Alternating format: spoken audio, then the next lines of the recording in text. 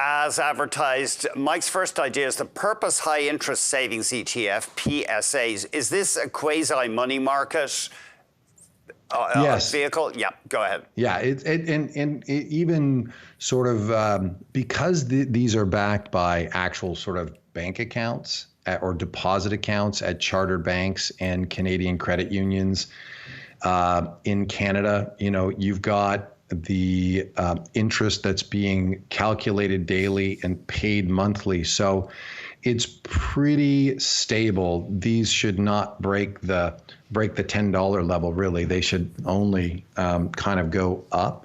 Unless, of course, the one caveat is that you do have the credit risk of the individual bank. So for the Purpose High Interest ETF, it currently has deposits at National Bank, Scotiabank, BMO, and CIBC.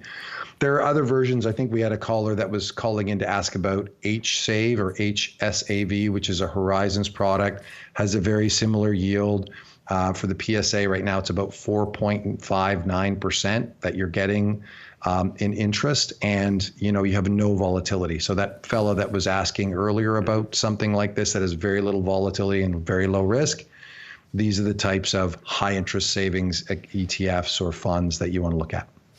Your next idea is fixed income. Again, Horizons Canadian Select Universe Bond ETF, HBB. Yeah, and this is, in recognition of the earlier comments about just generally portfolios being more correlated and being more volatile. So let's kind of take some of that volatility out of the portfolio somehow.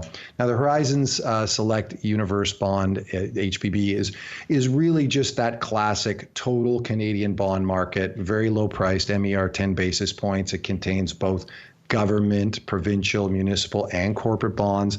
Yields about 3%. But remember, this one's not going to distribute a yield. So if you want the yield, then maybe buy XBB from iShares.